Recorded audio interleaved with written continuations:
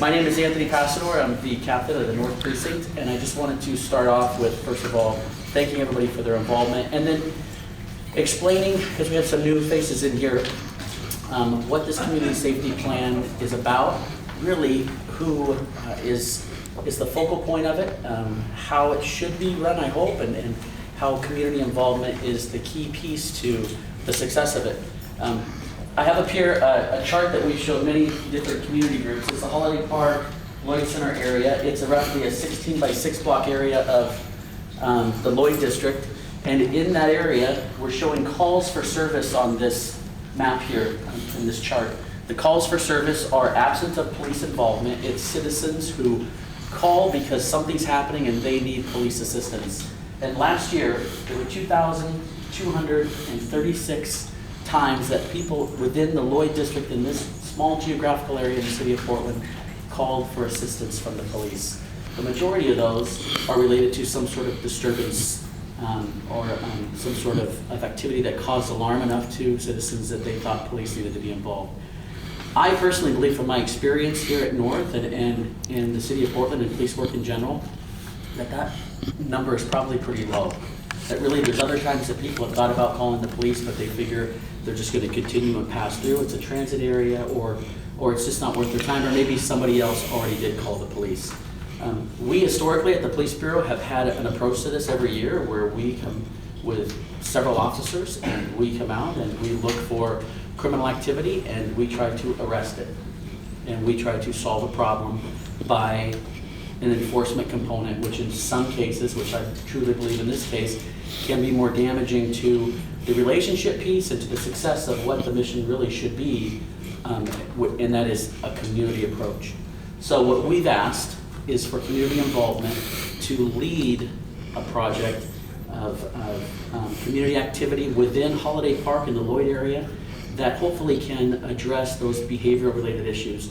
We oftentimes in the park, we being the police, will see behavior from young people and from young adults that doesn't rise to the level of criminality. It's not a police related issue. And a lot of times when we become engaged in it, it can agitate certain people involved. It can cause a flashpoint, or we're human and sometimes we can err, and sometimes we just have a conflict that's created where there really is other avenues and approaches that would be far more successful in solving non-crime related areas in this part of the community, but behavioral based problems. So that being said, we've asked all of our partners in the community to come together and to commit to being involved throughout the summer in this area of the city with pro-social activities, things that bring positive environments to the park, cleaning the park, recreational activity in the park, mentors in the park, school employees after summer school from Benson High School in the park, all the sort of things that create an environment that's far more positive, and those people that are interested in being there just for the purpose of causing problems will hopefully not be there anymore, or more importantly, we can find a positive connection for them and introduce them to some sort of service that's out there, something that's positive that can help them change that decision making. Some of the important things that I want you to know before I hand it off to my good friend, Pastor Hennessy, to talk more about the community piece is we are but one spoke in the wheel, and everybody in here fills one of those spokes. The police department has an important role in this, but it is not more important than any other role. It truly isn't. It's necessary at times for us to become involved, and we will be there to become involved in that criminal related activity. If you see the police engaging young people or community members in the park and it appears to you like there's some sort of an issue, or maybe you have the perception over this time period of your involvement, which hopefully will continue, that you don't understand what's going on, but it seems like something's wrong with the police activity, I ask you to please hold tight, be a good witness and observer, and then when that contact is done, approach the officers in an appropriate way when they're finished and ask them to be filled in on, hey, what happened? I'm concerned, this is what I think I saw, can you tell me what happened? Because a lot of times that can help in explaining to citizens who don't quite understand maybe why something's occurring. They missed something before, they missed something that happened well before the police were there. And it's just a good way of building a relationship and understanding a little more about what the officers are actually doing. We're going to have a pre-kickoff event today, obviously, that's starting at 1 o'clock, and we hope to go till somewhere around 6. All of our partners, all of you and others that are here. And then every Wednesday at 2 o'clock, we're going to meet here at the Lloyd Center to do a kind of a round table roll call, if you will, with all our partners, and then go out to the park together and to the Lloyd District together. Everybody that's involved in any way, any shape or form, any organization, citizen that wants to come and be involved in bringing these pro-social activities, please show up. It's not for us, it's for you. We are the avenue to put all this stuff together, but we are not at the tip of the spear, and we're not driving the bus. We're just sitting in a seat somewhere on it. We needed to come together. We fill a role where we can bring people together, and it really is the community that is the key to the success of this. After that, every Wednesday, roll call at 2 o'clock, we'll go out, we'll spend some time together. But the most important piece is all the other times of the week in which we're not necessarily all going to be there. Nobody has to ask for permission to do something here.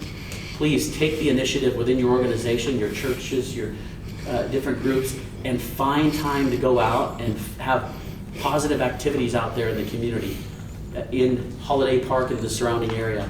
One of the things that we are asking, we have Sergeant Brad Yakets has a list of people who are involved and organizations that are involved with an email. We're asking that you get on that email list, and if you're going to do something in the area at that time, your group, please send out an email to everybody so other folks know maybe they can come and they can join. Also, our Strategic Services Division is watching very closely on the times and dates and activities that were out there. They're going to run a full statistical analysis of how this actually impacted crime in this area, and if it does. We can learn from it, we can be innovative and adapt to it. The goal is to have from June 1st to September 1st, that covers the time frame in which the kids are out of school, where we have all of this positive activity. We analyze that, and then we adapt it, and we come together and we try to do a longer sustained process that can go on and on and on, kind of like what Connected has already done. So with that being said, I'm going to turn it over to the pastor and just thank you again so much for being here today. And if you have any questions later, grab any uniformed police officer, get engaged in a conversation. Please let us be a part of your activity out here, and we're going to ask you to be a part of ours. So thank you. Thank you very much. I appreciate it, Captain. Good afternoon, everybody. My name is J.W. Matt Hennessy. I am the senior servant pastor of Vancouver Avenue First Baptist Church right here in Portland. I also serve as a convener for the Interfaith Peace and Action Collaborative, and I am a member of the Connected group, which has been in the park since April of 2011. We were blessed, and there's some of you who've walked in the park. Do you mind raising your hand who have walked with us before? It's important that to me people know that you're here. And Assistant Chief Modika, you've walked with us before too. I didn't see your hand in the air. Thank you very much. There are police officers here as well, other community members. Everybody couldn't be here because of the timing of our meeting today, but we've had, as we looked at it the other day, over 51 volunteers that have come out with us in the park at one time or another. Let me, so that you don't feel this is a sermon, because then you'd have to say amen. Let me just kind of give you as quickly as possible some of our history, and then I'm assuming that some of you may have questions both for the captain and myself. First of all, a young man by the name of Shiloh Hampton was killed in broad daylight in the park 8 years ago. It was at that time Captain Modika who came to a meeting with us that John Kanda had gathered at North Precinct in the community room that's now named after him, to really say to us, and there are 75 men of color in the room. And when I say men of color, that's all colors in the room. And the question that John asked us was, how many more people have to die? As he showed us all of the obituaries from young men that were all on the table in that room. And it was a powerful room, a powerful setting. And I still recall at this very moment, somebody in the back said, we need a strategic plan. And I, with my pitiful self, said, I agree with strategic planning because I'm a business person as well. I said, but the barn is burning and we need somebody to help put out the fire right now. And that was a Wednesday night, and on Friday night, we were in the park walking because Captain Modica said to us at that time, if you will show up and take up the space, just be there. You don't have to worry about anything other than the fact that those that might create criminal elements will leave because they know you're beginning to own this space. Now, during that time, I want you to know that we have broken up fights. We dealt with big drug issues in the park. We have broken up fights where there has been mace and we've run right into it, that kind of thing. But we've also run into times when the police bureau is in the park and they've got people lined up and they would say to us, look, we can't arrest our way out of this. If you guys think you can talk to these young people or these young adults and get them on the right road, we're gonna back off. And I pray I'm not getting anybody in trouble because I'm not giving you a name for that. But for us, it said to us that they cared enough about understanding that sometimes there are things that go on in a park that can be remedied and talked through. I will also tell you that during that period of time, we literally said to many people, we own this park. We own it when you think about the fact that we cared about those that came in and cared about those who were being safe going from the TriMet terminal into the Lloyd Center and vice versa. And that was important to us. And so over these 8 years, we've seen a number of different changes in the park. When we first got started out there, nobody was hanging out socially with families. And it was big to us to see that someday. And I thought 3 years, I believe, into our being there on Friday nights, families start bringing their kids with picnic baskets and having lunch together. The water element was turned on and young people were able to run in and out of the water. Dr. Jim, you know that. You've been around long enough to have seen that, right? We also began to see some other changes in the park, from adult homelessness to youth homelessness to the fact that we would sometimes come to the park not just to come showing up, but literally come with clothes, with food, and things of that nature as well. Today, when we see, in fact, Captain Passador made this presentation in both the CPC, Community Peace Collaborative meeting, and the IPAC, the Interfaith Peace and Action Collaborative meetings, it really helped. It really said to us, no matter how much we're doing, it's still not enough. And the truth is, we need everybody. And so when we walk into a room like this and see you, it makes us happy as all get out, because this is a heavy lift, but it's an important lift. And I want to give kudos, 2 last points, and then the preacher will be done.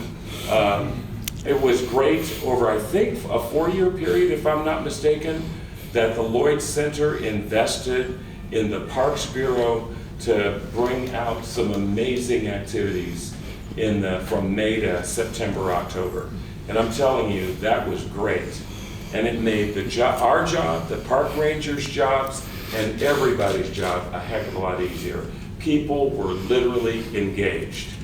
In fact, I would, from time to time, when our walking group was gone, I'd walk on because I wanted to see what was going on in that one big train or whatever it was, where there's games inside and all that stuff. It really neat stuff. Barbecues, which are always great, that kind of stuff, really great.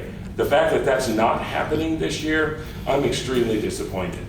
Not only extremely disappointed, I don't know what caused that decision, and if I could stroke the check myself, I would do it, but I would also ask this community to figure out, is there a way we can work together to make that happen again? Because that matters a lot in terms of activity for young people and young adults in the park. Final thing I would say, we were told, in fact, we were questioned a couple of times. Now, again, you got to remember, we've been there every Friday since April of 2011. Some of us have been there. Everybody hasn't been able to make it all the time, but many of us have been there many times. Somebody asked a very, very important question. and it may be on your mind too, and this is the reason why I'm going to share it. Somebody asked the question, were you afraid? And the truth is, we had to stop and ask ourselves. We were in a huddle one day, and somebody asked that question, weren't you afraid? And the truth, you want the truth is? The truth is, we didn't think about being afraid. We really didn't, because if we had thought about being afraid, we probably wouldn't have done it, right? And were there scary moments? The answer is yes. But the fact is, we were there together. And we knew very well that for us, this was a mission. This was a space that needed us to be there. And for somehow or another, because we don't live our lives in fear, we did not go there. But were there moments? The answer is yes. We're asking you to walk with us. We're asking, choose